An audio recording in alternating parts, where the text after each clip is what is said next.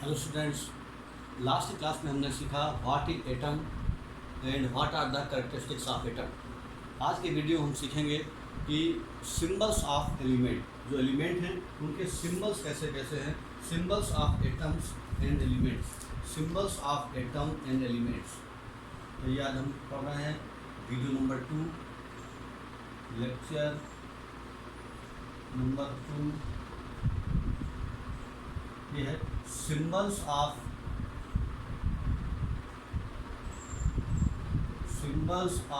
Elements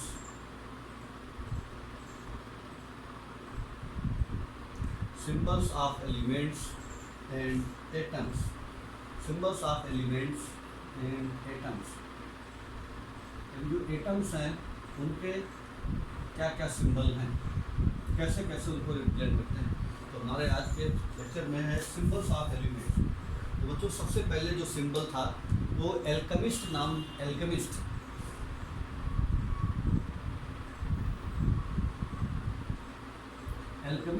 वो person होते थे जो एल्केमी की स्टडी करते थे। Person who studied the alchemy, the person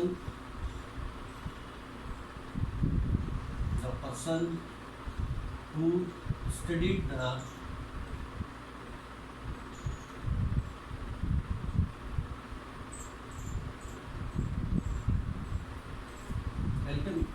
alchemy का मतलब होता था एक प्रकार की साइंस जो मिडिल एज में चलती थी, जिसमें वो किसी भी ऑर्डिनरी मेटल को गोल्ड में कन्वर्ट करने की ट्राई करते थे। उस साइंस को बोलते थे एल्केमी, और वो पर्सन जो एल्केमी की स्टडी करते थे उनको बोलते थे एल्केमिस्ट।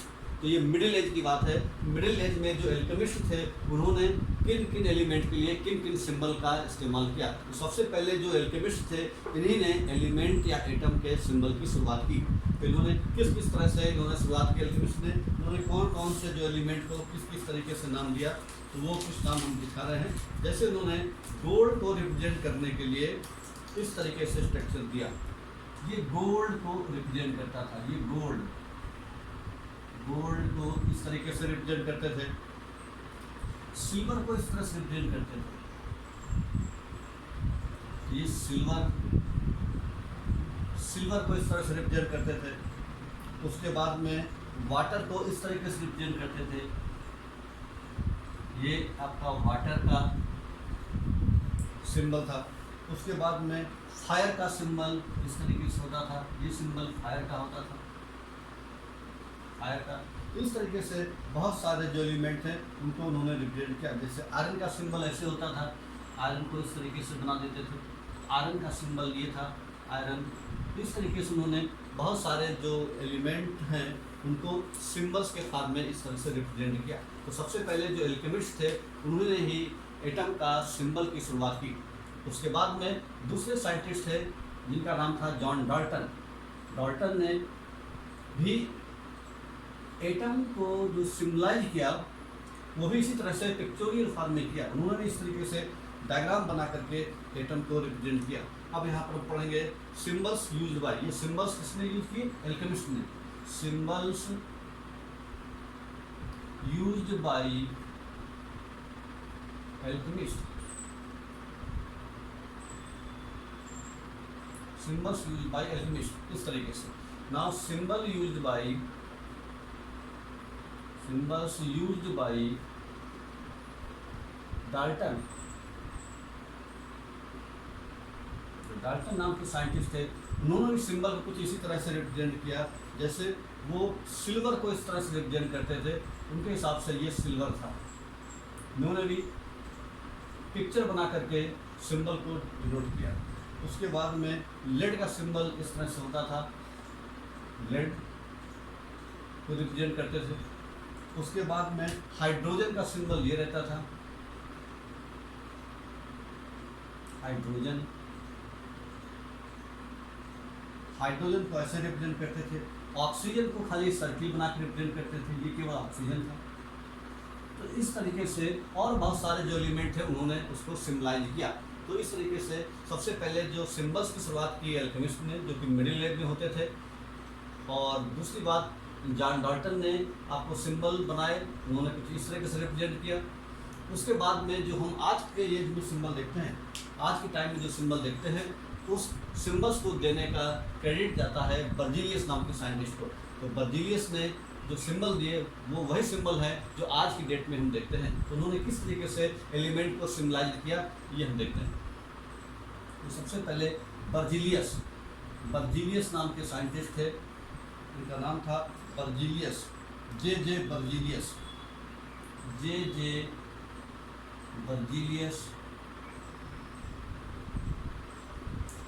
बर्जीलियस नाम के साइंटिस्ट हैं।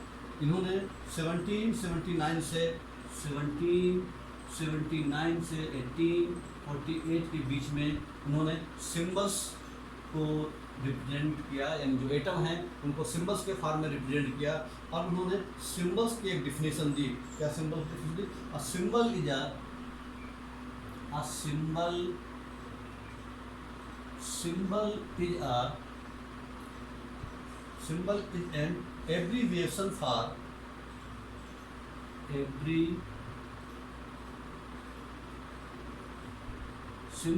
an abbreviation for the full name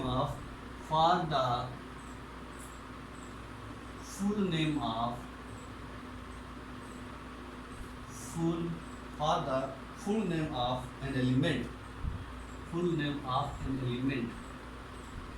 मतलब जो एलिमेंट का पूरा नाम है उसी को एब्रीवेट किया, उसका जो एब्रीवेशन यानी उसका जो शॉर्ट फॉर्म है उसी से उन्होंने रिप्रेजेंट किया। जे जे बर्जीलियस नाम के साइंटिस्ट ने सिंबल के बारे में ये डिफिनेशन दी। क्या बोला? A symbol is an abbreviation for the full name of an element. जो किसी भी एलिमेंट का फुल नेम है उसका शॉर्ट नेम, उसका एब्रीवेशन फॉर्म, वही उसी को हम लोग सिंबल कहते हैं। और उन्होंने कुछ सिंबल जो है उन्होंने दिए। क्या क्या सिंबल दिए? जैसे कुछ एलिमेंट के उन्होंने नाम लिखे और उनका सिंबल दिया। यहाँ पर हम देखेंगे सबसे पहले कि English name of the element and symbol. English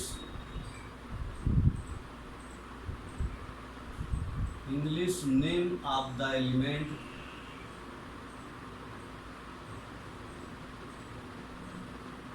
और देयर सिंबल। जैसे हाइड्रोजन, ये इसका हाइड्रोजन इंग्लिश नेम है, इसका सिंबल है H, यानी जो इसका एब्रिविएटेड फॉर्म है, जो पहला लेटर है उसी को उन्होंने बोल दिया। ठीक है। तो दूसरा हाइड्रोजन के बाद बोरोन, इसको B से रिप्रेजेंट किया। जैसे कार्बन, C से रिप्रेजेंट किया। सल्फर, S से रिप्रेजेंट किया। नाइट्रोजन, इसकी स्पेलिंग N शुरुआत हो रही तो N से लिखा। उसके बाद में ऑक्सीजन, इसको O से रिप्रेजेंट किया। तो इन्होंने क्या बोला, रूल क्या दिया कि कोई भी आपका जो नेम है उसका जो पहला लेटर है उसी को कैपिटल में लिखना है, वही उस एलिमेंट का सिंबल होगा। तो पहला रूल जो इन्होंने ये दिया था, तो रूल क्या है? रूल हम लिख देते हैं। पहला रूल नंबर 1 जो इन्होंने सिंबल के बारे में बताया, रूल नंबर 1 ये बोला कि the abbreviation use to represent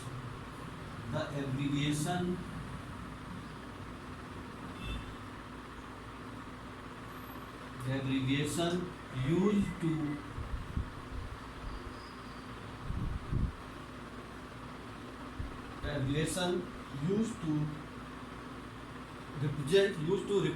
element, used to represent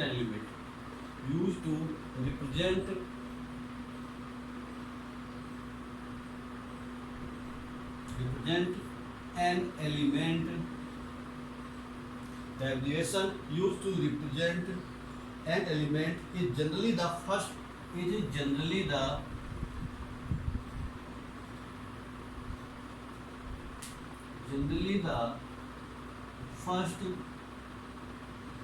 letter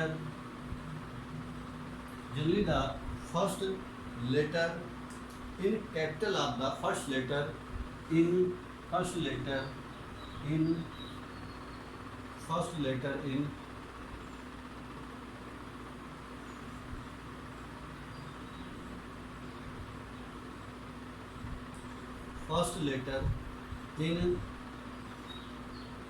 capital of the capital of the English name of an element, capital of the English name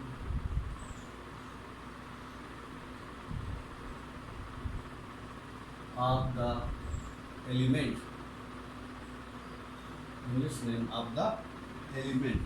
ठीक है, यही सारे हैं। जैसे एग्जाम्पल के लिए, एग्जाम्पल हमने पीछे लिखे, हाइड्रोजन है, ये इंग्लिश नेम है उसका हाइड्रोजन, इसको उन्होंने सिंबल लिखा उसका H। ऐसे ही ऑक्सीजन, इसका सिंबल लिखा O, कैपिटल लेटर में फर्स्ट लेटर और कैपिटल होना चाहिए। उसके बाद सल्फर, तो सल्फर की स्पेलिंग S से शुरू हो रही है तो S हो गया। उसके बाद में नाइट्रोजन, इसका सिंबल N हो गया, और ETC बहुत सारे इस तरीके से उन्होंने ये मतलब तरीका बताया था। पहला रूल उन्होंने ये बताया कि कोई भी जो एलिमेंट है उसका जो अंग्रेजी में नाम है उसका जो फर्स्ट लेटर वो भी कैपिटल में जो लिखा जाएगा उसी को सिंबल कहा जाएगा। उस एलिमेंट का सिंबल वही होगा। जैसे एग्जाम्पल के लिए हाइड्रोजन का सिंबल H, ऑक्सीजन का सिंबल O, सल्फर का सिंबल S, नाइट्रोजन का सिंबल N, फास्फोरस का सिंबल P वगैरह वगैरह। ये रूल नंबर 1 इन्होंने ये बताया। उसके बाद बच्चों रूल नंबर 2 उन्होंने क्या बताया कि अब बहुत सारे एलिमेंट ऐसे भी थे जिनके नाम एक ही लेटर से शुरुआत हो रहे थे, तो उन्होंने बोला कि फर्स्ट लेटर कैपिटल और उसके बाद में जो नेक्स्ट लेटर है उसको स्मॉल में लिखना पड़ेगा और वही उसका सिंबल होगा। तो उन्होंने दूसरा रूल दिया, वो क्या बोला, when the name of, rule number 2, when the name of two or more elements, when the name of two or more, when the name of two or more elements begin with the same initial letter, begin with the same initial letter, same initial letter, the initial letter, the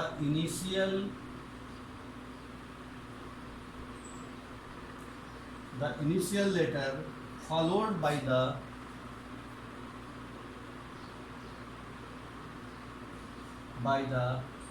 next, followed by the next letter,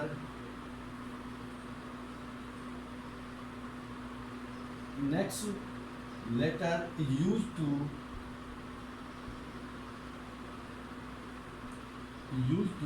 symbolize the element, used to symbolize the element, ये बताया। दूसरा rule बच्चों ये था, rule बोला कि अगर कोई दो ऐसे एलिमेंट हैं जो जिनकी स्पेलिंग एक ही लेटर से शुरुआत हो रही है, दोनों में सेम इनिशिएशन लेटर हैं, तो उसमें पहला लेटर लिखेंगे कैपिटल और दूसरा लिखेंगे स्मॉल। जैसे एग्जाम्पल के लिए मान लीजिए बेरियम, बेरियम नाम का जो एलिमेंट है इसकी शुरुआत भी बी से हो रही है। दूसरा बिस्मथ, इसकी शुरुआत बी से ही हो रही है। तीसरा ब्रोमीन, और इसकी भी शुरुआत बी से ही हो रही है। तो हम क्या करेंगे, जो बेरियम है इसका सिंबल लिखेंगे तो लिखेंगे बी और साथ में लगा देंगे ए, बी ए, बेरियम हो गया।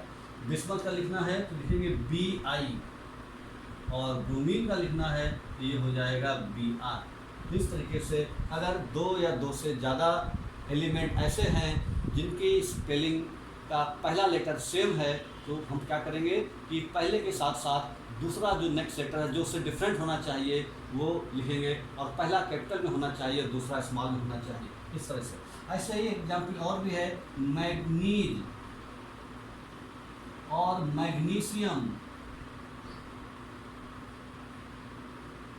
यहाँ पर एम भी पहला सेम है, यहाँ भी सेम है, यहाँ पर ए भी सेम है, यहाँ पर भी ए सेम है, यहाँ जी सेम है, यहाँ जी सेम है, ठीक है। यहाँ पर आपका एन आ जाएगा और फिर यहाँ पर एन आ जाएगा। तो ऐसे लेटर के लिए मैग्नीशियम, ठीक है। यहाँ पर इसकी स्पेलिंग हो जाएगी, जो मैग्नीशियम है, मैग्नीज है, इसको रिप्रेजेंट करेंगे Mn से, और जो मैग्नीशियम है उसको रिप्रेजेंट करते हैं Mg से। तो इस तरीके से हम क्या देखते हैं, जो दूसरा रूल है उसके हिसाब से इस तरीके से सिंबल के नाम लिखे जाते हैं। तो दो रूल हमने बताए। पहला रूल ये बताया कि जो भी एलिमेंट का सिंबल लिखना है तो सबसे पहले उसका इंग्लिश नेम पता होना चाहिए, और इंग्लिश नेम में जो पहला लेटर है उसी को कैपिटल में लिखने से वही उसका सिंबल बनता है। दूसरा, अगर दो एलिमेंट या दो से ज़्यादा एलिमेंट हैं ऐसे हैं जिनका स्पेलिंग का फर्स्ट लेटर सेम है, तो हम क्या करेंगे कि फर्स्ट लेटर के बाद दूसरा लेटर भी लिखेंगे जो उससे डिफरेंट हो। तो इस तरीके से फर्स्ट लेटर कैपिटल में और दूसरा स्मॉल में लिखा जाएगा। ये रूल नंबर सेकंड बताता है। इसके बाद में रूल नंबर थर्ड ये कहता है, बहुत सारे जो एलिमेंट हैं जिनका नाम लैटिन में लिखा गया है, ठीक है। जैसे तीसरा रूल है, rule number third, the symbols of some elements, the symbols of some elements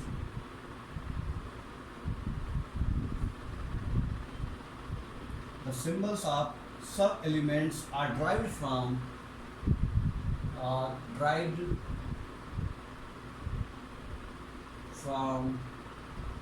their Latin name, Latin name के हिसाब से उनके नाम रखे गए हैं। जैसे एग्जाम्पल है नेम ऑफ द एलिमेंट, उसके बाद में लैटिन नेम, और उसके बाद उसका सिंबल। तो बहुत सारे एलिमेंट ऐसे भी थे जिनका सिंबल उनके लैटिन नेम के हिसाब से रखा गया। जैसे एग्जाम्पल के लिए पहला एलिमेंट सोडियम, अब इसकी शुरुआत हो रही है सोडियम S से, लेकिन इसका सिंबल है Na। शुरुआत S से हो रही तो Na क्यों हो गया, क्योंकि लैटिन में सोडियम को कहते हैं नेट्रियम, Natrium, नेट्रियम। ऐसे दूसरा है पोटेशियम, की शुरुआत हो रही P से, लेकिन इसको हम रिप्रेजेंट करते हैं K से, क्योंकि इसको कहते हैं लैटिन में कैलियम, और ये K से रिप्रेजेंट किया जाता है। ऐसे ही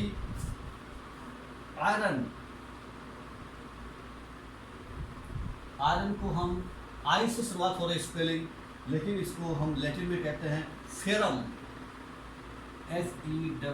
FERRUM। इसलिए आयरन को रिप्रेजेंट करने के लिए सिंबल इस्तेमाल होता है Fe। उसी तरह से गोल्ड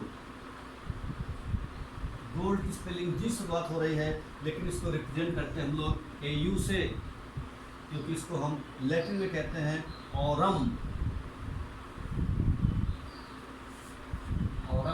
ऐसे ही सिल्वर की स्पेलिंग शुरुआत हो रही है S से, लेकिन इसको हम कहते हैं AG से रिप्रेजेंट करते हैं AG, क्योंकि लैटिन में इसको कहते हैं अर्जेंटम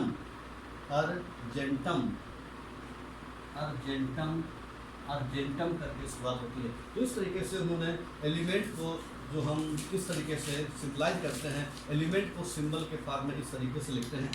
तो बच्चों, ये 3 रूल बताया उन्होंने एलिमेंट का सिंबल लिखने के लिए। पहला रूल ये बताया कि जो इंग्लिश नेम है उसका फर्स्ट लेटर को ही हम लिखते हैं सिंबल के फॉर्म में, कैपिटल में होना चाहिए। दूसरा रूल ये था कि जब 2 या 2 से ज़्यादा एलिमेंट ऐसे हों जिनका इंग्लिश नेम एक ही लेटर से शुरुआत हो रहा हो, तो उसमें फर्स्ट लेटर कैपिटल में लिखते हैं, बाकी जो दूसरा लेटर है उसको स्मॉल में लिखेंगे, और वो लेटर डिफरेंट होना चाहिए। तीसरा रूल ये बताया कि सम एलिमेंट्स इस प्रकार थे जिसको कि हम नाम उनका लैटिन नेम के हिसाब से रखते हैं। जैसे सोडियम की स्पेलिंग शुरुआत हो रही है S से, लेकिन रिप्रेजेंट करते हैं उसको Na से। ऐसे पोटेशियम को रिप्रेजेंट है K से, सिल्वर को रिप्रेजेंट करते हैं Ag से, आयरन को रिप्रेजेंट करते हैं Fe से, गोल्ड को रिप्रेजेंट करते हैं Au से। क्योंकि लैटिन में गोल्ड का नाम है Au, लैटिन में सिल्वर का नाम है अर्जेंटम, लैटिन में सोडियम का नाम है नेट्रियम, और लैटिन में पोटेशियम का नाम है कैलियम। तो ये जो 3 रूल बताए, इन 3 रूल के हिसाब से ही हम एलिमेंट के सिंबल्स लिखते हैं। जो आज हम देखते हैं, आज हम जिन सिंबल्स को पहचानते हैं वो यही सिंबल्स हैं। तो बच्चों आपको क्या करना है कि 1 से लेकर के 20 तक एलिमेंट के सिंबल के नाम आपको याद रखना है। नेम और सिंबल दोनों आपको याद रखना है, वो हम लिख देते हैं। ठीक है, तो पहला है एलिमेंट और सिंबल। जो एलिमेंट है और उनका सिंबल, ये आपको याद रखना है, ये आपका होमवर्क भी है।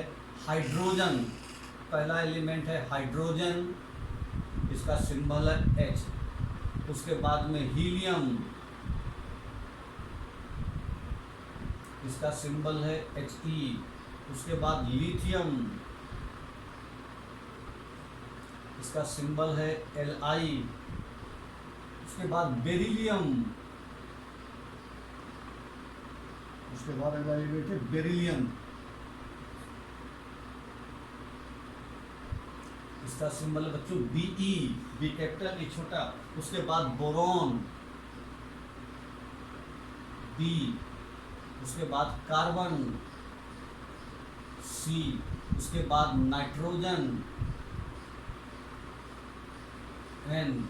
उसके बाद ऑक्सीजन O। ऑक्सीजन के बाद बच्चों है फ्लोरीन, इसका सिंबल है F। फ्लोरीन के बाद नियॉन, इसका सिंबल है Ne, नियॉन। नियॉन के बाद है अगला एलिमेंट सोडियम,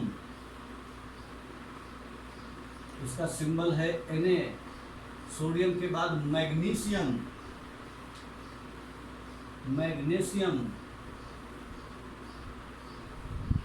इसका सिंबल है Mg। उसके बाद एल्यूमिनियम, इसका सिंबल है Al। Silicon Si। उसके बाद फास्फोरस,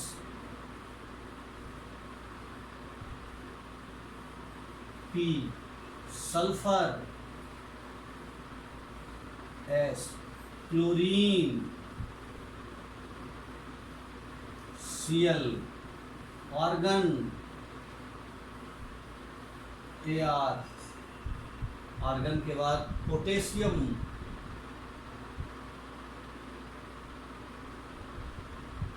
पोटेशियम के।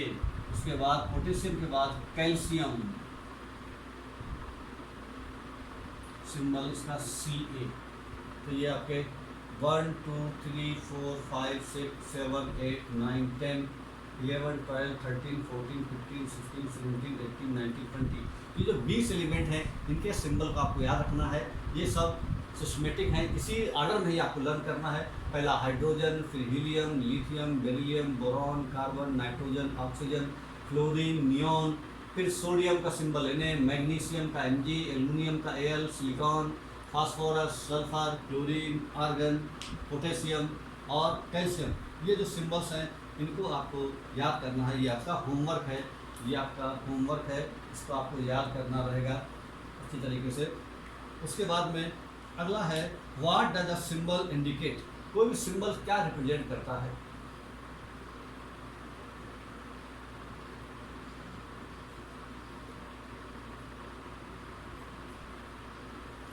What does a symbol represent? What does a symbol represent? Symbol क्या रिप्रेजेंट करता है? सिंबल से क्या पता लगता है हमको? तो देखिए सिंबल से क्या पता लगता है। पहला पॉइंट है, सिंबल क्या बताता है? It represent one particular element. It represent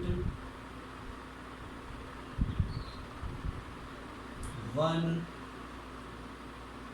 particular element.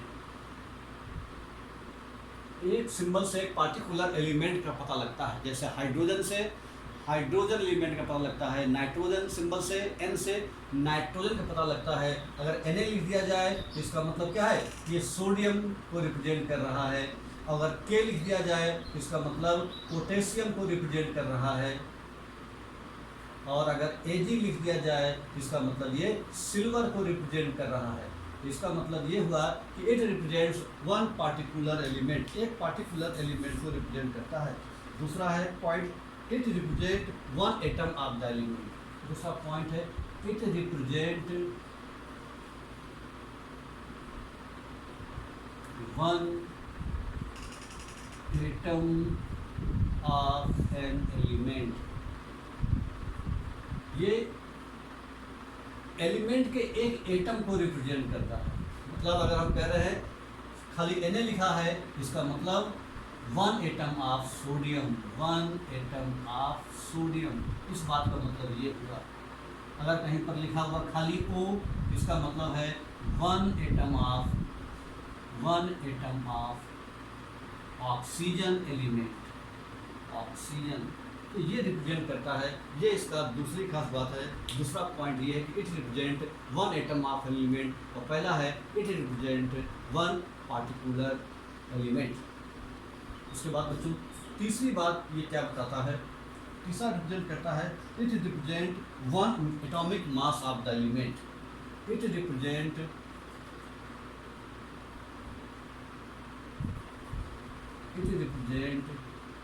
One atomic mass of an element, atomic mass of the element, atomic mass of the element. जो एलिमेंट है उसका एटॉमिक मास बताता है ये, यानी एक सिंबल हमको क्या बताता है, one atomic mass of the element. जैसे एग्जाम्पल के लिए अगर हाइड्रोजन है तो उसका कितना एटॉमिक मास है, 1.008, ये बताता है।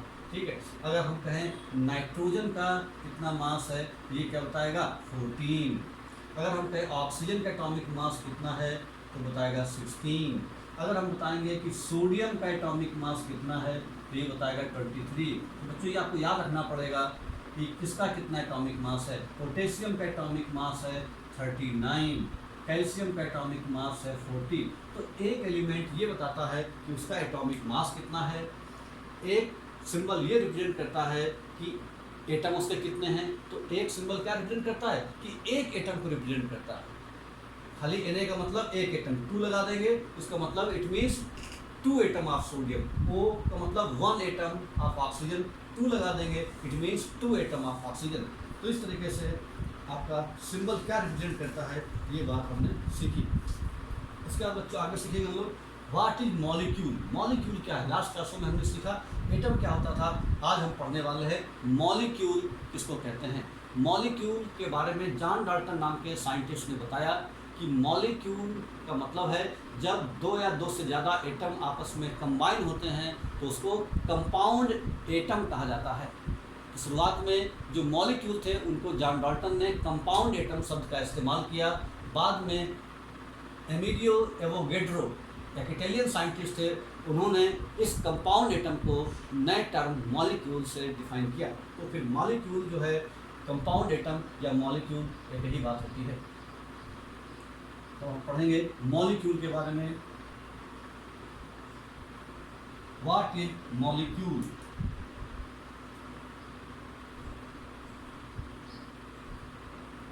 व्हाट इज मॉलिक्यूल, मॉलिक्यूल क्या है। मॉलिक्यूल एटम के बारे में हमने सीखा। पहले मॉलिक्यूल क्या है, तो सबसे पहले John Dalton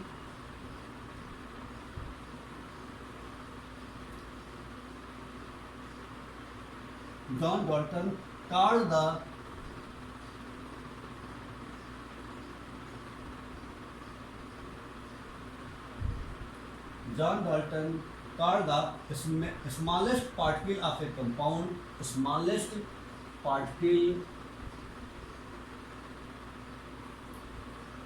of a compound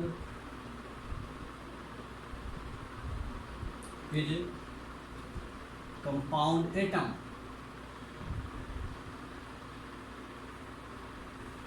compound atom, compound atom यही मॉलिक्यूल था, compound atom. But Amedeo Avogadro, Amedeo Avogadro, Amedeo Avogadro used term molecule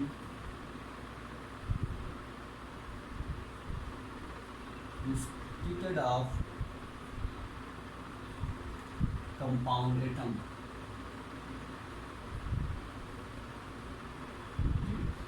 यानी जो कंपाउंड एटम है उसकी जगह पर उन्होंने आपका इंस्टेड ऑफ मॉलिक्यूल, मॉलिक्यूल शब्द का इस्तेमाल किया।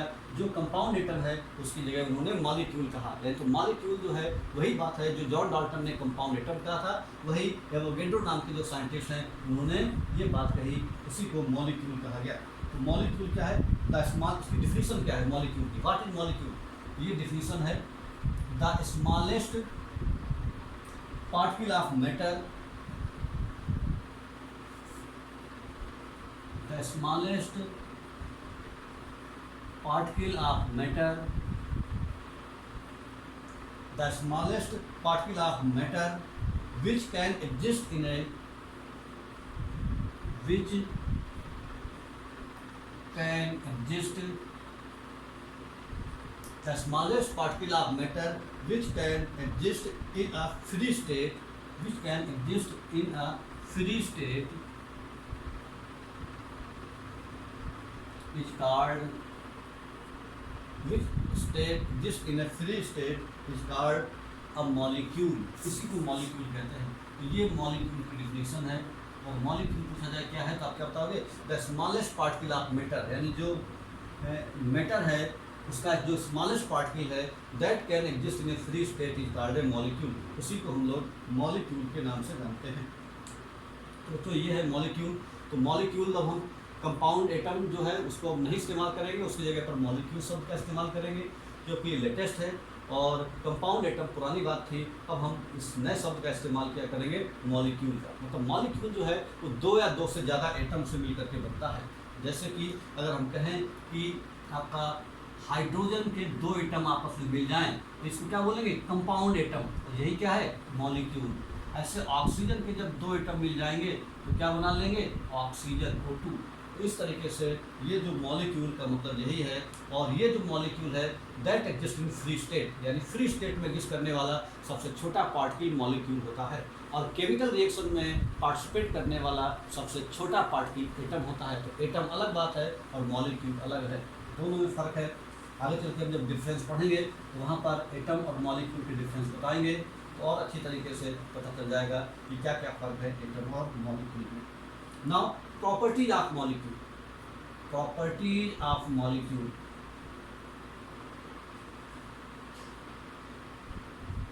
प्रॉपर्टीज ऑफ मॉलिक्यूल, जो मॉलिक्यूल है उसकी प्रॉपर्टी क्या क्या है, ठीक है। तो प्रॉपर्टीज ऑफ मॉलिक्यूल, तो पहला पॉइंट है बच्चों, the molecules of given substance are all similar. The molecules of, पहला पॉइंट है, पहली प्रॉपर्टी है the molecules, the molecules of any given substance, any given substance, the molecules of any given substance are all similar, are all similar, similar मतलब molecules of any given substance, कोई भी substance given हो उसके जो molecules होते हैं वो आपस में similar होते हैं। जैसे कि अगर नाइट्रोजन गैस है तो जितने भी मॉलिक्यूल से मिलके बने हैं वो सारे मॉलिक्यूल सिमिलर होंगे। खास बात यह है कि वो जितने भी मॉलिक्यूल से मिल करके कोई कंपाउंड होता है सारे मॉलिक्यूल सिमिलर होते हैं। दूसरा पॉइंट है the molecules of different substance are different, the molecules of different, the molecules of different substance are different, different मतलब ये हुआ कि जो डिफरेंट डिफरेंट सब्सटेंस हैं उनके मॉलिक्यूल भी डिफरेंट होते हैं, लेकिन अगर सब्सटेंस एक है तो उसके मॉलिक्यूल आपस में सिमिलर होंगे। जैसे आयरन या ऑक्सीजन गैस है, उसके मॉलिक्यूल आपस में सिमिलर होंगे, लेकिन नाइट्रोजन गैस अगर दूसरी गैस है, डिफरेंट गैस है जो कि ऑक्सीजन से, तो नाइट्रोजन के मॉलिक्यूल ऑक्सीजन के मॉलिक्यूल से डिफरेंट होंगे। ये बात बताई गई है। तीसरा पॉइंट बोला गया है, the properties of substance are the properties of its molecule. The properties of the substance, the properties of the substance, the properties of the substance are the properties of molecule। क्योंकि जो substance है वो आपका molecule से मिलके बने हैं, तो इसका मतलब ये हुआ कि जो प्रॉपर्टी मॉलिक्यूल की होगी वही प्रॉपर्टी पूरे सब्सटेंस की भी होगी। तो ये 3 पॉइंट हैं, ये तीनों बातें आपको याद रखनी है कि ये 3 पॉइंट ये बताते हैं कि what are the properties of molecules. तो मॉलिक्यूल क्या है, तो मॉलिक्यूल को पहले कंपाउंड एटम कहा जाता था, जॉन डाल्टन ने उसका नाम कंपाउंड एटम कहा। बाद में जो इटालियन केमिस्ट थे एमिलियो एवोगेड्रो, उन्होंने उसको मॉलिक्यूल नाम दिया। और मॉलिक्यूल क्या है, डिफिनीशन है, मॉलिक्यूल वो सबसे छोटा पार्टिकल है जो फ्री स्टेट में एग्जिस्ट होता है। फ्री स्टेट में एग्जिस्ट होने वाले सबसे छोटे पार्टिकल को मॉलिक्यूल कहा जाता है। And the properties of molecule, molecule की प्रॉपर्टी क्या क्या है, तो पहला पॉइंट है the molecules of any given substance are similar. कोई भी सब्सटेंस अगर गिवन हो उसके मॉलिक्यूल्स आपस में सिमिलर होते हैं। दूसरा पॉइंट है the molecules of different substance are different. जो डिफरेंट डिफरेंट सब्सटेंस हैं उनके मॉलिक्यूल डिफरेंट डिफरेंट होते हैं। जैसे नाइट्रोजन गैस के मॉलिक्यूल अलग होंगे, ऑक्सीजन गैस के मॉलिक्यूल अलग होंगे, ठीक है। और उसके बाद में जो हीलियम गैस है उसके मॉलिक्यूल अलग होंगे ऑक्सीजन से और नाइट्रोजन से। क्लोरीन गैस है उसके मॉलिक्यूल अलग होंगे, फ्लोरीन गैस है उसके मॉलिक्यूल अलग होंगे। तो इस तरीके से क्या देखते हैं कि डिफरेंट डिफरेंट सब्सटेंस के मॉलिक्यूल भी डिफरेंट डिफरेंट होते हैं, लेकिन एक ही सब्सटेंस के जितने भी मॉलिक्यूल हैं वो आपस में सिमिलर होते हैं। और तीसरा पॉइंट बताया the properties of the substance are the properties of the molecule, यानी पूरे सब्सटेंस की प्रॉपर्टी वही होती है जो मॉलिक्यूल की प्रॉपर्टी होती है। अगर हमको किसी सब्सटेंस की प्रॉपर्टी की स्टडी करनी है तो अगर हम उसके मॉलिक्यूल की स्टडी कर लेते हैं तो पूरे सब्सटेंस की प्रॉपर्टी की स्टडी हो जाती है। तो बच्चों these are the properties of molecules.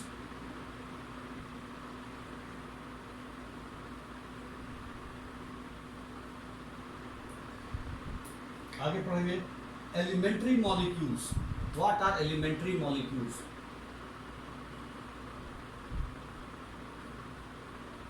Elementary molecules and compound molecules.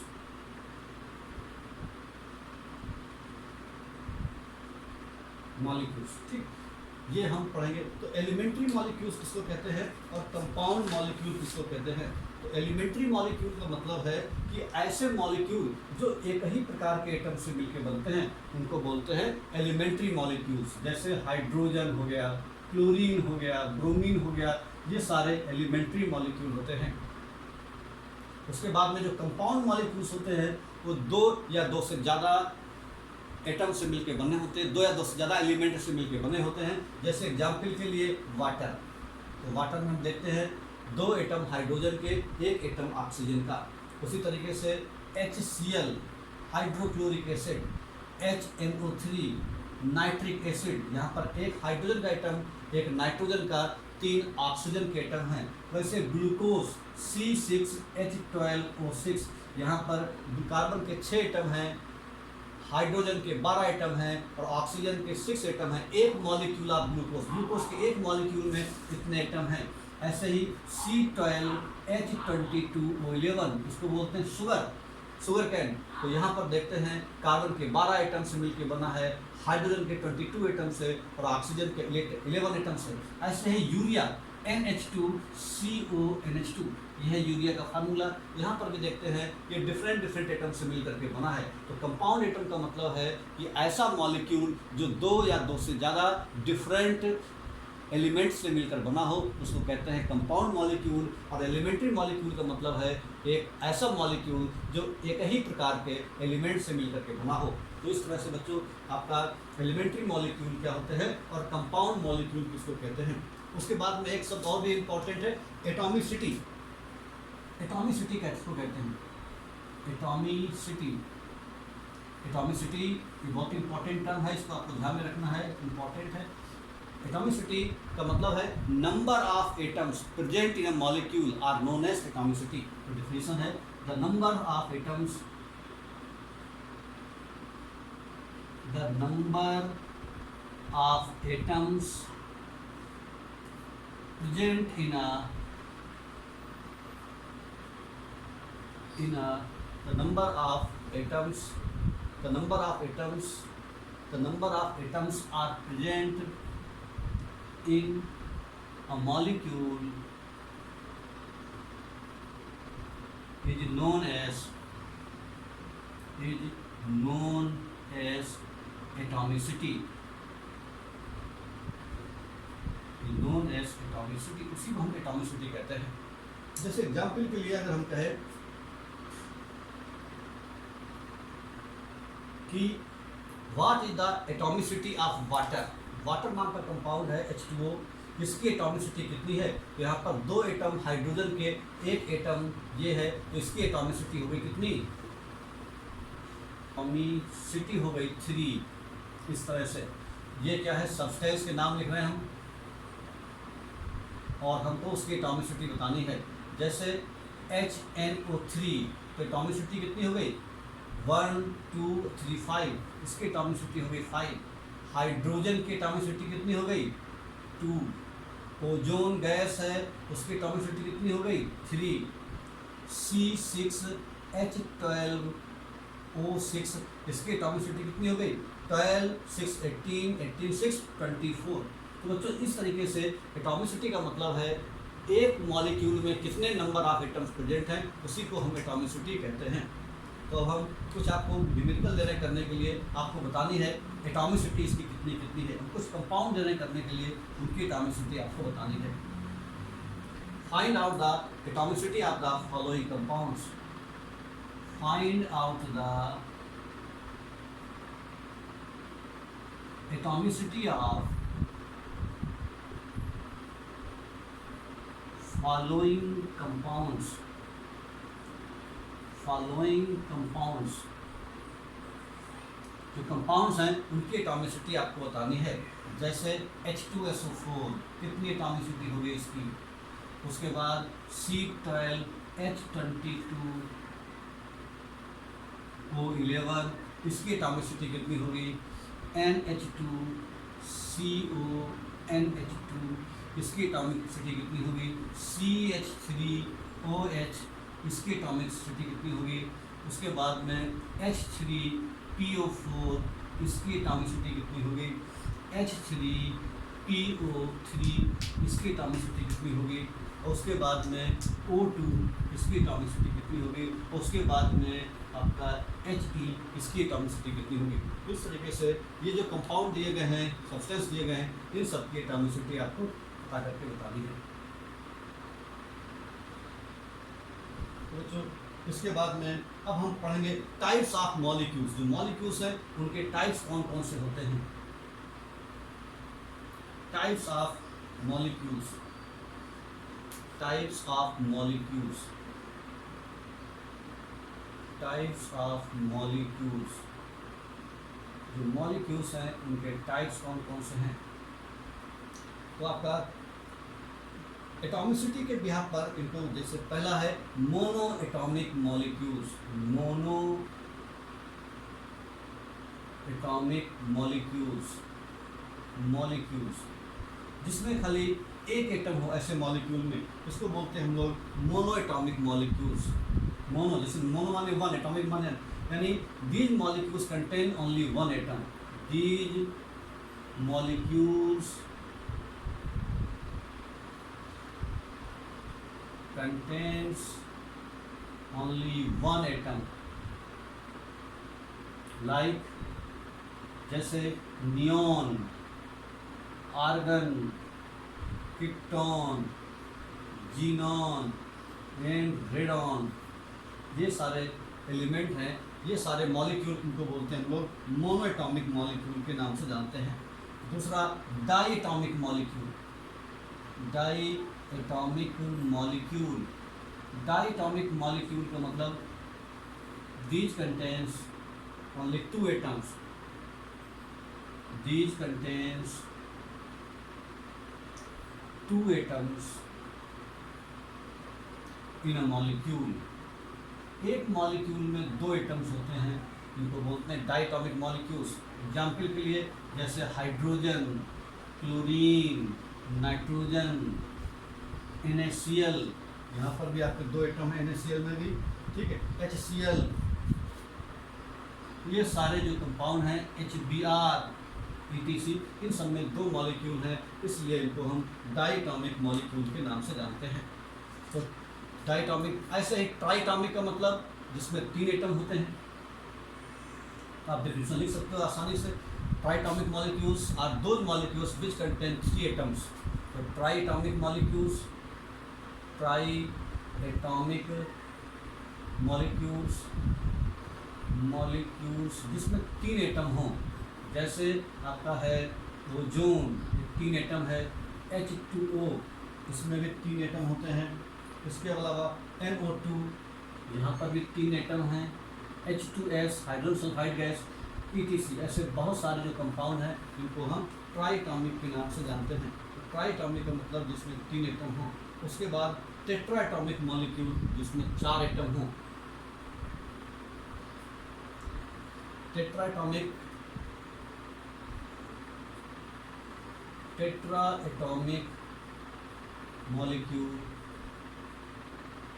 these molecules having four atoms in a molecule। जैसे एग्जाम्पल के लिए P4, फास्फोरस के एक मॉलिक्यूल में चार एटम होते हैं। ऐसे ही आपका और भी चार एटम वाले कंपाउंड हैं, जैसे आपका हो जाएगा CH3,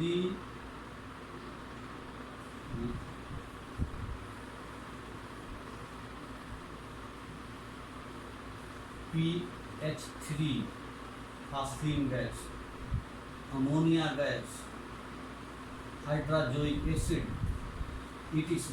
तो ये सारे देख रहे हैं, इन सब में चार चार एटम प्रेजेंट है मॉलिक्यूल, इसको बोलते हैं टेट्राएटॉमिक मॉलिक्यूल। ऐसे जिसमें चार से ज़्यादा हों उनको कहते हैं पॉलीएटॉमिक मॉलिक्यूल।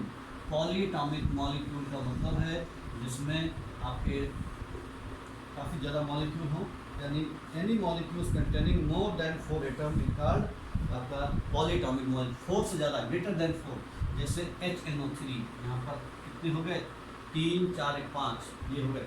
H2SO4, ये भी आपका पॉलीएटॉमिक है। उसके बाद में C2H5OH, ये भी पॉलीएटॉमिक है। उसके बाद में C12H22O11, ये भी पॉलीएटॉमिक है, और बहुत सारे।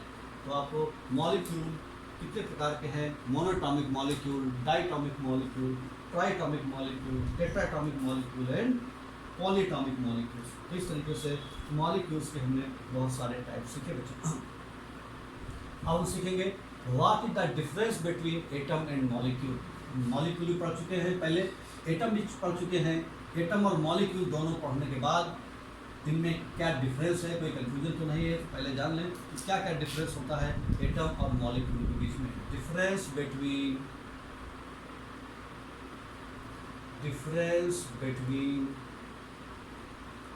Atom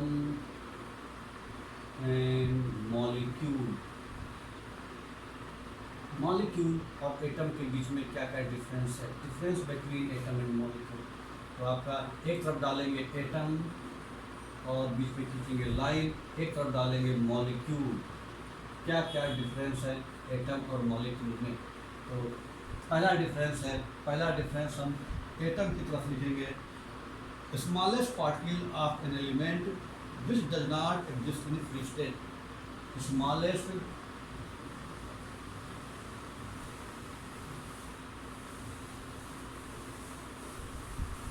smallest particle of an element which cannot exist in free state। ये फ्री स्टेट में एग्जिस्ट नहीं कर पाता। जैसे अगर हम दो हाइड्रोजन को अलग अलग करेंगे, ये फिर आपस में जुड़ के हाइड्रोजन ये बना लेंगे, H2 बना लेंगे, यानी H अलग फ्री स्टेट में नहीं रह पाएगा, क्योंकि ये बहुत ही ज़्यादा अनस्टेबल होते हैं। लेकिन जो मॉलिक्यूल है वो फ्री स्टेट में एग्जिस्ट करता है। स्मॉलेस्ट पार्टिकल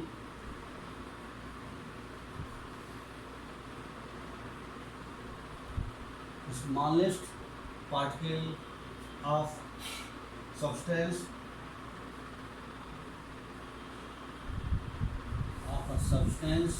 ठीक है, ब्रैकेट में देंगे एलिमेंट आर कंपाउंड, ये element or compound the smallest particle of a substance which can exist in free state, which can exist in free state। तो ये पहला डिफरेंस है कि एटम और मॉलिक्यूल में क्या फर्क रहता है। दूसरा डिफरेंस है शेप, जो इसकी शेप रहती है एटम की वो स्फेरिकल रहती है। स्फेरिकल मतलब लाइक स्फीयर की तरह होती है, यानी स्फीयर इस तरीके से, जिस तरह से बॉल होती है वो उस तरीके से एटम की शेप रहती है। लेकिन जो मॉलिक्यूल रहते हैं उनकी जो शेप रहती है मे हैव मेनी शेप्स, ठीक है, यानी ये कई प्रकार के हो सकते हैं। मे हैव मेनी शेप्स, उनकी बहुत सारी शेप्स हो सकती हैं। शेप्स जैसे लीनियर भी हो सकते हैं, एंगुलर भी हो सकते हैं, लीनियर एंगुलर भी हो सकते हैं, और ट्राई एंगुलर भी हो सकते हैं, ट्राई एंगुलर ETC। इस तरीके से ये दो डिफरेंस हमने देखे कि एटम और मॉलिक्यूल के बीच में। उसके बाद तीसरा डिफरेंस क्या है इन दोनों के बीच में? तो तीसरा डिफरेंस है वो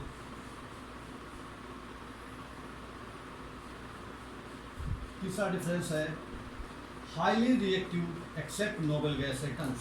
जो ये हैं एटम, ये हाईली रिएक्टिव होते हैं, हाईली रिएक्टिव, ठीक है, except noble gas atoms. Noble gas atoms कौन से होते हैं बच्चों? हीलियम, नियॉन, आर्गन, ये सारे helium, neon, argon, krypton, xenon, radon, ये सारे नोबल एटम्स होते हैं। इनको छोड़ करके सारे एटम्स जो है वो बहुत ज़्यादा रिएक्टिव होते हैं। ये वाले एटम रिएक्टिव नहीं होते, इनकी रिएक्टिविटी काफ़ी कम होती है, इसलिए लिखा हुआ है except noble gas atom. Noble gas atom को छोड़ करके बाकी सब बहुत ज़्यादा रिएक्टिव होते हैं, जबकि ये लेस रिएक्टिव होते हैं। मॉलिक्यूल है लेस रिएक्टिव, इनकी रिएक्टिविटी कम होती है, लेस रिएक्टिव। उसके बाद में चौथा पॉइंट है बच्चों इनका कि no chemical bond in an atom. No chemical bond, atom के बीच में कोई भी केमिकल बॉन्ड नहीं बनता। No chemical bond is present in atom, atom के बीच में कोई भी केमिकल बॉन्ड नहीं बनता, लेकिन मॉलिक्यूल्स में केमिकल बॉन्ड बनते हैं। लिखेंगे chemical bonds are present, chemical bonds are present between molecules। ये फ़र्क है आपका एटम और मॉलिक्यूल में। और उसके बाद लास्ट पॉइंट है हमारा एटम और मॉलिक्यूल का जो डिफरेंस है, उसमें लास्ट पॉइंट है कैन नॉट बी सब डिवाइडेड, यानी एटम को हम फर्दर डिवाइड नहीं कर सकते। Can not be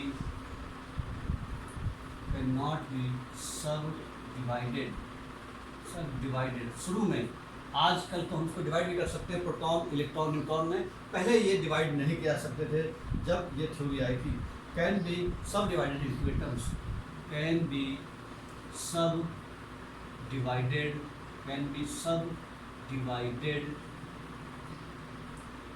into atoms, यानी एटम में डिवाइड कर सकते हैं। जैसे अगर हम कहें कि वाटर है तो वाटर आपका ब्रेक हो सकता है, हाइड्रोजन और ऑक्सीजन में, ऐसे ही कार्बन डाइऑक्साइड भी कार्बन और ऑक्सीजन में ब्रेक हो सकती है, लेकिन जो एटम है यानी हाइड्रोजन ये आपका फर्दर डिवाइड नहीं होगा, इसलिए ये सबसे छोटा पार्टिकल माना जाता है। These are the properties of difference between atom and molecule. तो इस तरह से बच्चों आज हमने लेक्चर में सीखा एटम क्या है, मॉलिक्यूल क्या है, एलिमेंट्स के सिंबल क्या होते हैं, ये सारी जानकारी क्या है। अगली क्लास में हम पढ़ेंगे बच्चों what are ions and what are valency. Ions और वैलेंसी के बारे में हम लोग जानेंगे कि आयंस क्या होते हैं और वैलेंसी क्या होती है।